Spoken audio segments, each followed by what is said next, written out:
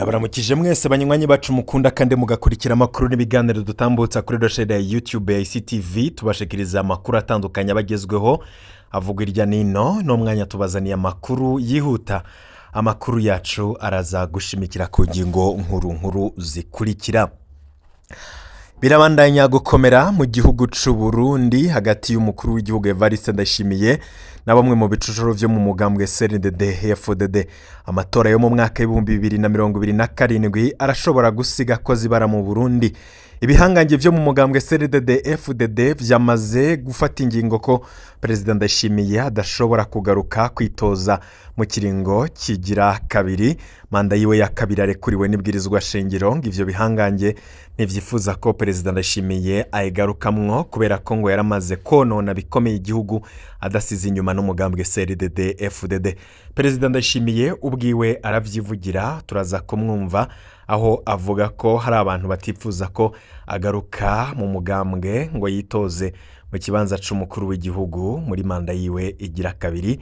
Murano makuru turaza kubigaruka ko ninde yinyegeje inyuma yo kwankisha abarundi Perezida Evariste Ndayishimiye, ni bande bariko baramugambanira muri kino gihe ibintu bitifashe neza. Haravugwa inijyane ndetse no kutumvikana muri uyo mugambwe. Turaza kubabwira kandi intambara ikomeye iri hagati ya Perezida Ndayishimiye be n'umunyamabanga mukuru w'umugambwe CNDD-FDD, aho tuza kubabwira vyinshi kubiriko biragarukwa ko n'amakuru amwamwe mutaba mwamenye ariko biba vyabereye indani mu mugambwe ndetse no mu biro vy'umukuru w'igihugu abari ibintu biteye ubwoba.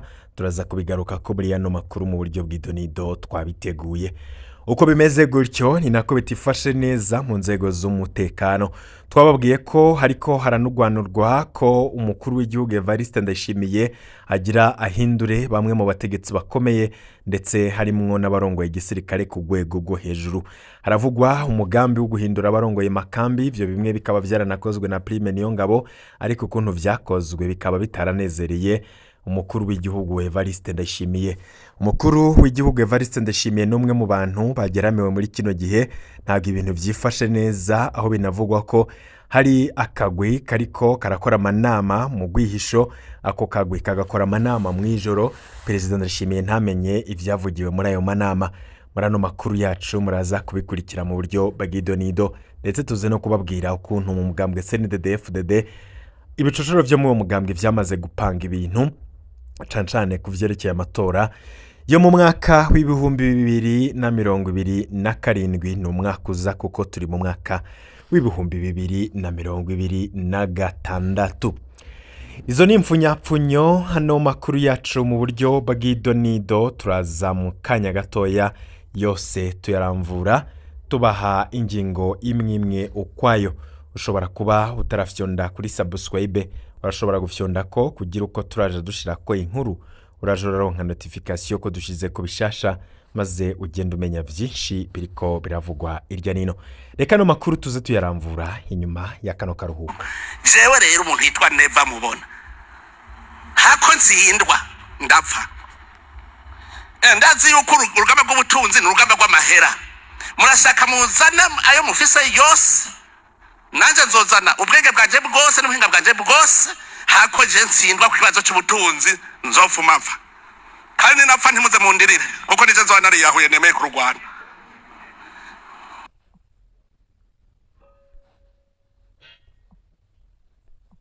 N'umugambi nta gihangaye ukazova mu rushigikiwe naka bamukuye uzojegera. Ntihagire umuntu akubwira ngo ni gihangange nguramwegamiye uzotembana. Ahazubakwa ingoro ya Butanyerera, hazoba cabaho stati ya Nkurunziza ipima n'imiburi buri metero 12 uja hejuru. Uzo mwifotozako azogera munsi y'amavi, kandi cyo nagomba namwemerere, kandi sinamwemerere nk'umunyamabanga mukuru w'umugambwe ku giti ciwanje. Reka subire ndabaramutse mwese banywanyi bacu bukunda kandi mugakurikira amakuru n'ibiganiro dutambutsa kuri roshene yacu. Twababwiye ko inzira ikirasha mu bihangange vy'umugambwe CNDD-FDD. Perezida Ndayishimiye amerewe nabi cane muri kino gihe, abagumyabanga ntibamushaka, Reveriyano Ndikuriyo ntamushaka. Murazi ko Reveriyano Ndikuriyo kuva Nkurunziza apfuye n'umwe mu bantu bagiye barakunda kwerekana ko badashigikiye ubutegetsi bwa Perezida Ndayishimiye, na cane ko Perezida Ndayishimiye yagiye akunda kuboneka asa n'udashigikiye ibyakozwe na Petero Nkurunziza. Ivyo vyabonekeye mu guhindura abagize leta, aragenda arahindura abantu abo Petero Nkurunziza yasize amuhaye ashire mu mabanga, abo bose yaragiye arabakura, abamwe baranapfunzwe aho yagiye avuga azoshira mu mabanga. Abo bose nta numwe yamufashije kugira yafashije kugira aje muri ayo mabanga. Vyabonekeye kandi mu gihe Perezida Ndayishimiye yavuga ati ntabwo nje ndi Samuragwa, haravyemanga ku mugaragaro avuga ko atari Samuragwa, avuga ko abari mwiragi rya Petero Nkurunziza bo atabashigikiye. Avuga ati none nimba umuntu yaraje akica ibintu naje mbandanye kwica ibintu kandi mbibona. Perezida Ndayishimiye yagiye akunda kwerekana kenshi ko atari muri ivyo ngivyo byo kuvugwa Samuragwa canke byo guhayagiza Petero Nkurunziza nkuko vyama mu kanwa ka Reveriyano Ndikuriyo. Ibi rero ni sagaseseshwa rumuri, vyaramenyekanye gose ko Perezida Ndayishimiye adakorana na Reveriyano Ndikuriyo, bikumvikanira kandi mu mvugo zabo. Perezida Ndayishimiye avuga ibi, Ndikuriyo akavuga ibi. Perezida Ndayishimiye arashikiriza ijambo abarundi, Ndikuriyo nawe akaza agashikiriza ijambo abarundi, ariko ibivugirwamwo ni ibintu biba bitandukanye. Wamengo ni leta zibiri ziri kumwe canke ni ibihugu bibiri, ni abaperezida babiri. Bamwe babona ko ibintu bidashobora kugenda nk'uko umwe wese avyipfuza. Ibi kandi vyarabonekeye mu bikorane abo bategetsi batunganya. Perezida Ndayishimiye n'umuryango we barategura igitaramo, igikorane co gushimira Imana. Ndikuriyo nawe agategura igikorane ciwe c'agakura kirimwo imbonerakure, agategura ibintu bitwara amafaranga atari make, amamiliyaridi n'amamiliyaridi. Vyerekana ko mu gihugu c'u Burundi hari agahaze ndetse no guhangana bidasanzwe. Tugarutse gatoya ku gikorane ca Reveriyano Ndikuriyo canavugiyemwo ibitari bike mbere yuko tuza kugaruka ku ntambara iri muri ivyo bihanganye ndetse n'ukuntu ibintu bibandanya kumera nabi. Hari bimwe mu vyo bamwe n'abandi badatahura, babona ko mu Burundi Imana idakinze ibara rishobora kurwa. Hari vyinshi bamwe babona ariko ntibamenye imvo n'imvano. Ingabo za Reveriyano Ndikuriyo imbonerakure zaramaze gupangwa, zirateguye mu gihugu, kandi Reveriyano Ndikuriyo ubwiwe aravyivugira kandi akemanga ko mu Burundi imbonerakure zifise ijambo kandi atawuzoza kuzigwanya. Uzozigwanya nawe ngazoba agwanije igihugu, agwanije n'umugambwe. Biraboneka ko Ndikuriyo yishingirije uko yapanze akarere nk'uko akunda kuvyivugira, karapanza akarere kose, ndetse akanabona ko ibintu bishobora kuzohinduka umwanya n'umwanya, kubera ko hamaze kumenyekana ko icuka kibi kiri hagati ya Perezida Ndayishimiye n'abagumyabanga cancane Ndikuriyo ndetse n'ibindi biciro byo mu mugambwe, ibintu bishobora kuza guhinduka. Muti rero ni biki biriko biribonekeza mu gihugu c'u Burundi? Twababwiye ukuntu hateguwe imisa y'amashimwe yateguwe na Reveriyano Ndikuriyo. Iyo misa ikabera muri paruwasi ya Makamba, mu nkuka y'imisa yaremeshejwe na Musenyeri Salvatore Niciteretse. Iyo misa ikaba yaritabwe, ariko icabonetse cane n'ingene abategetsi bo hejuru atanumwe yahageze ngo yitabe ivyo bikorwa vyari vyateguwe na Reveriyano Ndikuriyo. Nubwo ari ibikorwa bikomeye vyo ku rwego rwo hejuru kandi vyatwaye amafaranga atari make. Muri leta rero hakaba hari umushikiranganje umwe Rudende, uyo nawe akaba ari umushikiranganje yitwa Artemone Katihabwa. Ni umutegetsi wo hejuru yabonetse, yabaye icegera ca kabiri c'umukuru w'inama nkenguzamateka, uyo akaba yitwa Clotilde Kampimbare. Hoba harabaye itegeko ribuza abategetsi kuja imakamba mu gikorane ca Reveriyano Ndikuriyo? Abategetsi boba baratinye kwiyerekana iruhande ya Ndikuriyo? Muri kino gihe rero havurwa inyenyurana ry'ibihangange, buri umwe wese aratinya kwerekana uruhande ahagaze ko, kuko birazwi neza ko hari abahagaze ku ruhande rwa Ndikuriyo, abandi nabo bakaba bahagaze ku ruhande rwa Ndayishimiye. Ariko abo bose barinyegeza, ntibakunda kwiyerekana kuko batazi uzotsinda runo rugamba ninde. Murazi ko abadede bakunda kwiyorobeka cane, baba barindiriye ko uwutsinda ari we bayoboka. Ku ntwaro ya Nkurunziza barakomera amashi Nkurunziza, uno munsi barakomera amashi Perezida Ndayishimiye. ntibiyobagije ibyashikiye inkuru nziza n'ababigizemo uruhara, ariko kubera ko uwuri ku ngoma ari we bakomera amashi, abarundi barazi kwiyorobeka cyane. n'uno munsi rero bararindiriye ngo barabe ninda azotsinda ino ntambara. Murazi abakomeye amashi bakabyinira gihangange Bunyoni uno munsi agiye gupfira mu ibohero, yarabuze n'umuvuza, ntarekuriwe no kubonana n'abiwe, baramuhayagije, baramuvyiniye, yari afise abajejwe umutekano bihariye biwe bamugendanira, yari afise amashengero, yari afise ibitari bike, yari afise isinzi ry'abantu bamuyoboka kandi bamwubaha. Uno munsi nibo bamuvumira ku gahera kubera ko atagishigikiwe n'ubutegetsi buhari. Uko rero vyagendeye Bunyoni nako bizogendera umwe mu bihangange mu Burundi mu gihe bazoba bamaze gucanamwo. Ibintu biriko birafata indi ntera kandi bikaba vyerekeza habi. Biratangaje kubona rero n'abazwi nk'abagenzi bakomeye Bandikuriyo batarigeze baja imakamba ngo baje kumushigikira. Urubuga rw'umukuru w'igihugu nirwerekanye iyo Perezida Ndayishimiye yasengeye kuri uwo munsi. Ndikuriyo yari yateguye amasengesho y'igikorane cyo gushimira Imana.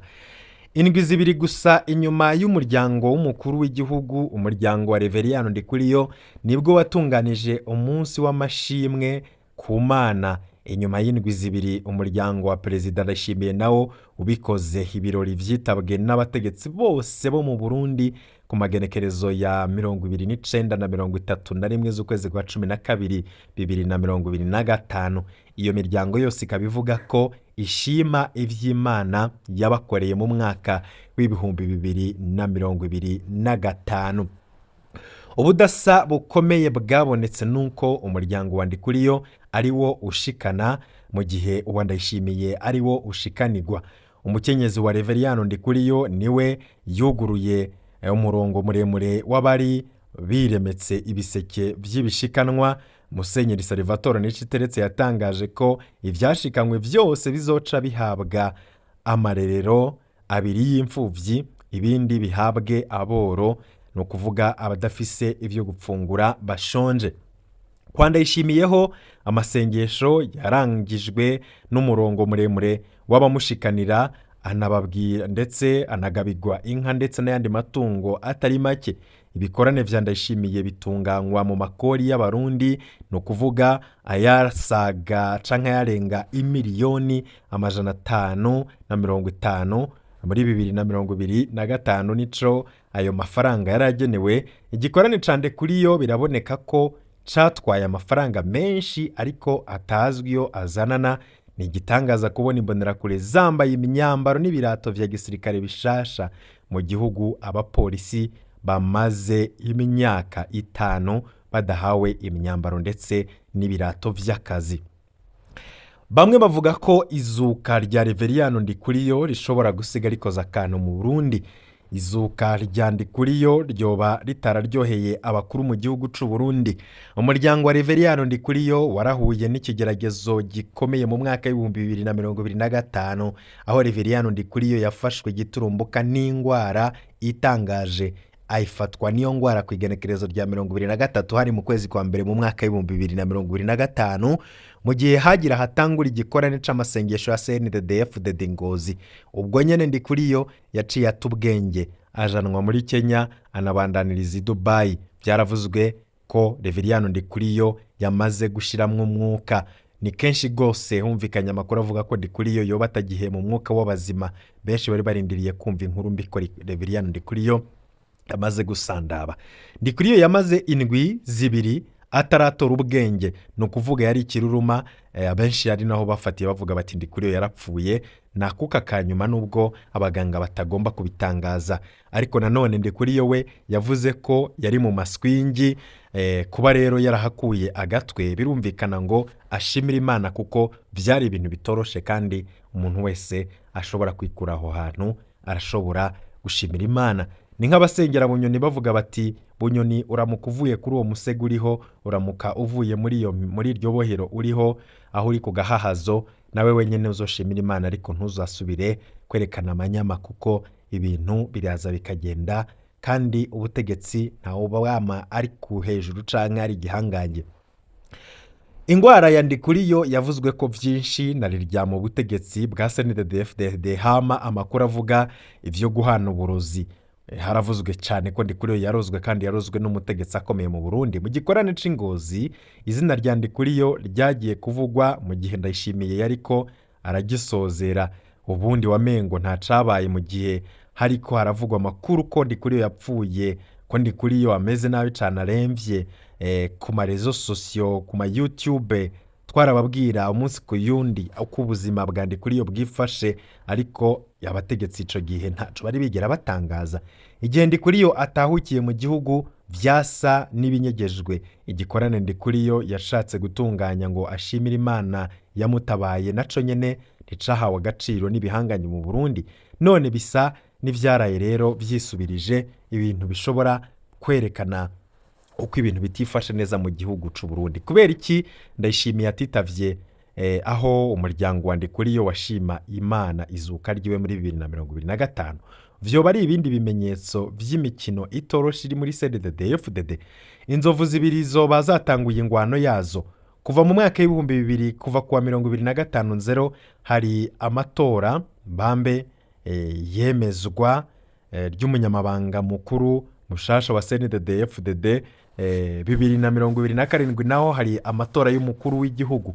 Twizeye ko ivyatsi atari vyo bizohasigara inyuma y'ingwano z'inzovu. Perezida Ndayishimiye we aramaze kugabisha abakozi bo muri Ntare House ko atazokwihanganira abazokorera abami babiri. Abo bami babiri ni bande? Umwami wa mbere turamuzi, no mukuru w'igihugu kuko abanyagihugu baramutoye bamushiraho, nubwo bamwe bavuga ko yashizweho na CNDD-FDD, ariko no mwanya tuvugana ni wahagarariye abo banyagihugu. Umwami agira kabiri we ninde mu gihugu c'u Burundi? Mu misi za nawe uwo turamubona. Ariko Perezida Ndayishimiye avuga ko hari abantu bagomba kumwivugana, avuga ko hari abantu bagomba kumwica. Abo bobo ni bande?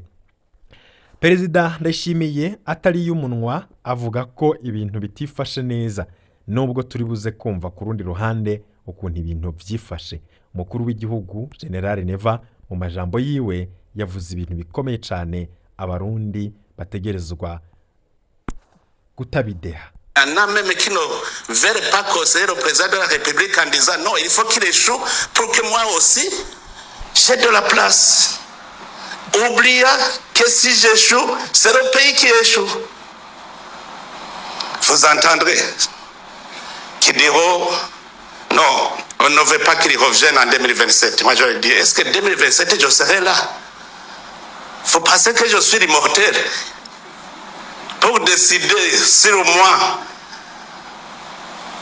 en 2027, il faut d'abord penser que je suis homme qui peut mourir aujourd'hui. Plutôt, il faut penser, s'il n'est pas là aujourd'hui, qui va le remplacer? Les gens disent, non, on ne veut pas de lui. Mais étudier s'il mourait aujourd'hui même. Comment allons-nous chercher l'autre qui va le remplacer? Mais on perd du temps en pensant qu'il ne soit pas là seulement. C'est cela qui freine notre développement.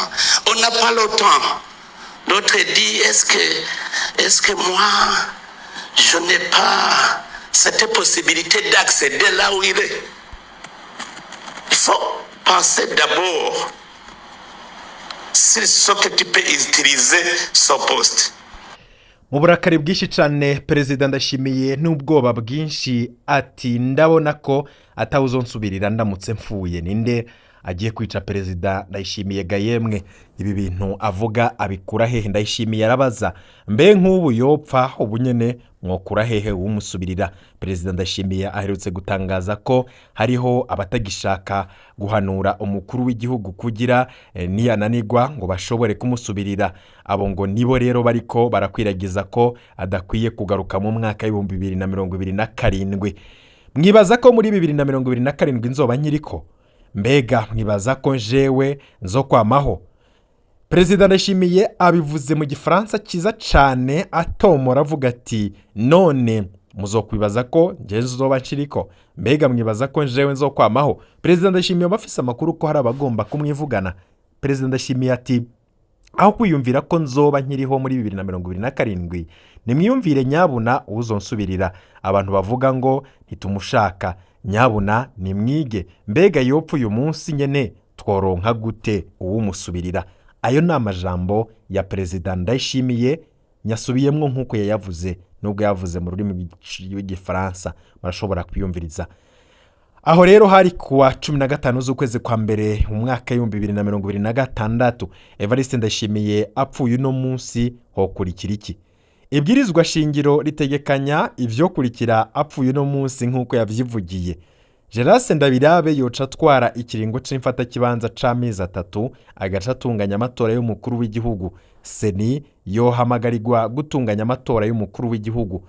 Basokuru nibo bavuze ko igihugu kidapfakara. Nukuri Evariste Ndayishimiye nahumure nta CNDD-FDD yobura uwundi abandanya ibiranga intwaro yiwe: kwica, kwiba, kubesha. Aba CNDD-FDD hafi nka bose barabishoboye, kubera iki Ndayishimiye abona ko asugerejwe nabo bari kumwe mu ntwaro. Uyu muntu Ndayishimiye aguma avuga ko ariko aramugwaniriza mu butegetsi n'indega yemwe. Ibi bintu biriko biraba mu butegetsi birakomeye cyane kandi birahambaye. Mu misi heze nibwo twabashikirije inkuru ivuga ukuntu inama y'ibicocoro yakoranye ikiga ku kuntu perezida Ndayishimiye asubirirwa. Twarababwiye kandi ukuntu ibintu bitifashe neza muri uyo mugambwe CNDD-FDD. Mu nkuru twashikirijwe na mugenzanje dukorana Salvatore ababwira inkuru. Inama yari yarayibaye, ni inkuru ubaye utarayikurikiye ushobora kuyirondera kuri no chaîne. Ni inkuru twahaye umutwe ugira uti inama y'ibicocoro muri CNDD-FDD yemeje ko Ndikuriyo asubirira, yemeje ko Ndakugarika asubirira Neva. Iyo nkuru ubaye utarayikurikiye urashobora kuyikurikira. Ni inkuru imaze kurabwa n'abantu barenga 35,000. Ni inkuru twababwiye ko nyene inama y'ibicocoro muri CNDD-FDD yemeje ko Ndakugarika asubirira Neva, Ndikuriyo akagumana umugambwe CNDD-FDD. Ivyo rero vyabereye mu nama ikomeye, ari naco mwumva nyene perezida Ndayishimiye ariko arasemerera avuga ati ntimunshaka ko nzogaruka muri 2027. Iyi ntambara y'ibi bihangange iraza guherera hehe? Ibi bintu biraza kurangira gute? Twababwiye ko mu nama mu mutekano naho ibintu bitifashe neza. Twabwiye ko umukuru w'ibiro by'igisirikare General Prime Niyongabo nawe ashobora guhinduka umwanya n'umwanya. Abakuru b'amakambi nabo nuko ibintu bisa nibikomeye cyane kandi ntibigiye koroha habe n'agatoya. Banywanyi bacu nkuko tubibemerera kandi tubikora umunsi kuyundi tubashikiriza amakuru abagezweho avugwa, turayatohoza tukayabashikiriza mu buryo bw'idonido, tukabakorera analyse, tukabakorera amatohoza ndetse n'ibindi byinshi mu mwaragiye muranyegezwa. Ivyo byose mukabikurikira umunsi kuyundi mugashikirwa nayo makuru. Iyo wafyonze kuri subscribe uronka notification ko dushize ko bishasha, wayo tarafyonda kuri subscribe ofyonda ko maze ukaraje uronka notification ukabana natwe. Sangiza abagenzawe maze unafyonde kuri sabone, niyo ntererano yonyene tubasaba, maze umunsi kuyundi mukaja murakurikira inkuru zigiye zitandukanye. Ndabakengurukiye mwese, ibihe byiza nivyo ndabipfurije.